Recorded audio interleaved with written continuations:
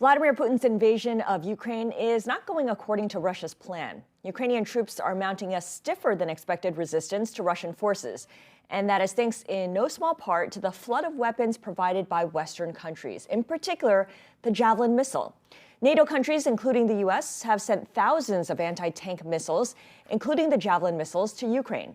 So to help us understand how this technology works and why it's proving so effective, we're joined now by Bloomberg Senior Reporter for International Affairs, Marc Champion. Marc, thanks as always for being here. Tell us more about the Javelin missile because it's the newest, most modern incarnation of anti-tank missiles. Can you explain how it works and why it's so effective? Well, briefly, it's a so-called third generation of anti-tank weapon. And what makes it different is that essentially it will go over a tank, it will fly up, and then it will come down onto the roof of the tank where there's less armor. So it's able to puncture a tank, and in a way that other weapons that hit the sides where there's more armor hanging off, there's explosive armor that sort of pushes missiles away, it isn't a protection there. So that's one part of it. The other is that it's a so-called fire and forget missile. So essentially the person using it just shoots it and it can immediately get away. Because as soon as you fire an anti-tank missile or any missile of that sort, you give your position away and the other side can just fire straight back. So this allows you, with older weapons, you more or less, the so-called wire-guided weapons, you have to stand there and wait until it actually hits. I see. So the missiles rain down upon the tank at its most vulnerable area, which is on top. What does the increased usage of Javelin missiles and these anti-tank missiles signal about the war?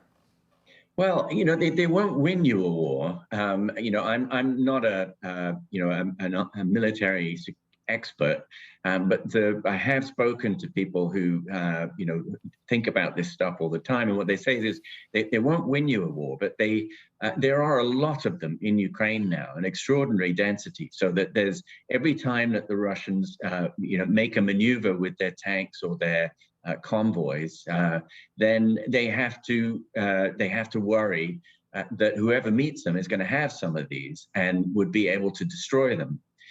So it really does change the calculations of the other side. And you've seen a couple of, several videos where the Russians have tried to break into Kiev with quite large, convoys of tanks and APCs and, mobile anti-aircraft. There's a whole unit that was trying to break into the city and then was ambushed. And, they had to retreat. All kind of 20, 30 or more vehicles had to suddenly get into reverse and retreat.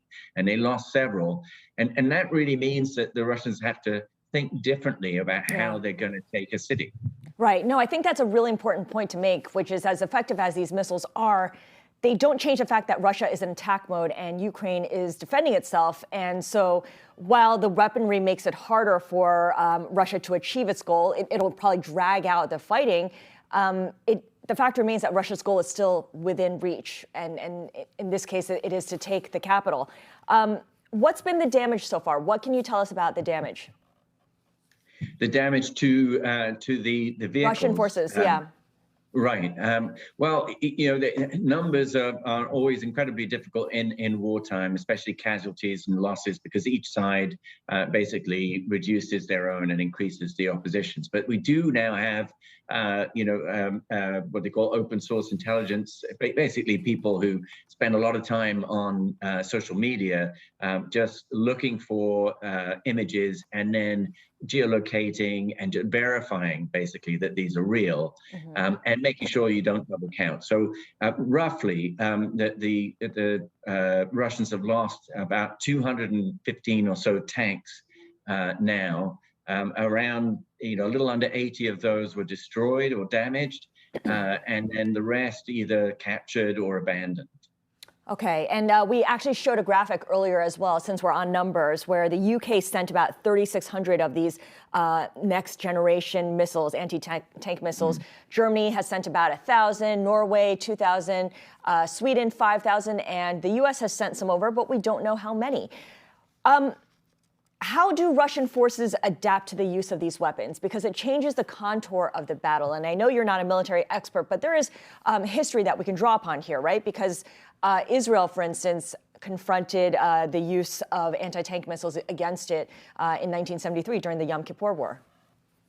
Yeah, that's right. So they had just fought the 1967 war and had been very successful, not faced a lot of resistance to their tanks.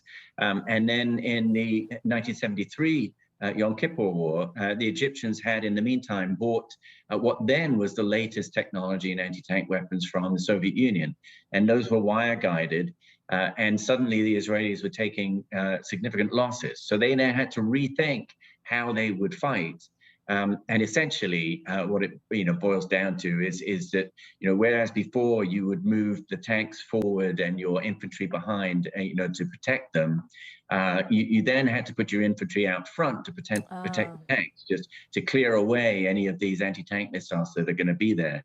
And that's basically what the Russians will have to do going into the cities. And in order to go in, you then need to prepare the ground, and that's where it gets really ugly, because it means more artillery shelling, more preparation of the ground, so that the defenders are in shock or in hiding, and then the worst comes when you need to get to if they decide that they need to remove the defense even when they're underground, because then you use different kinds of weapons which are truly brutal. Yeah, absolutely. I mean, what you're describing sounds like a really long, drawn-out urban warfare, which is damaging to both sides. It's horrific. It's horrific. So who is Russia deploying to the front lines? I've read about mercenaries. They're also importing fighters from the Middle East. Is that their best option right now?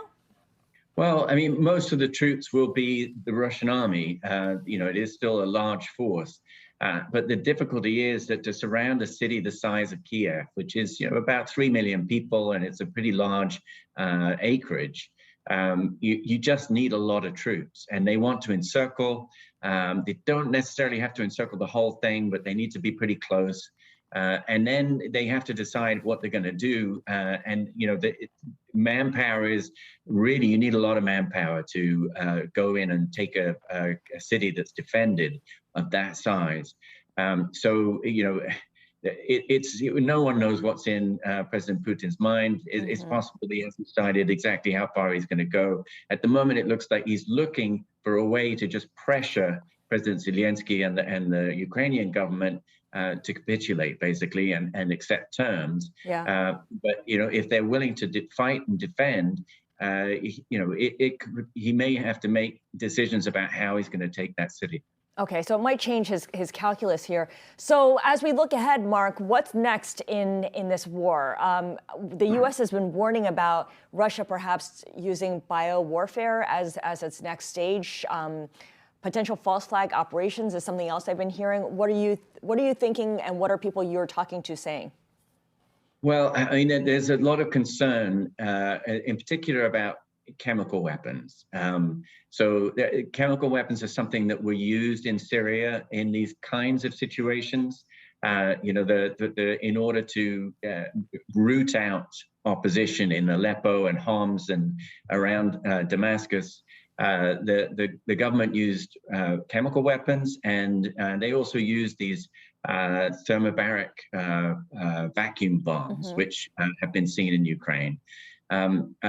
Both are ugly. Obviously, chemical weapons are particularly worrying, but they would do the same thing. The goal would be to really root out defenders once they've taken, they're taken.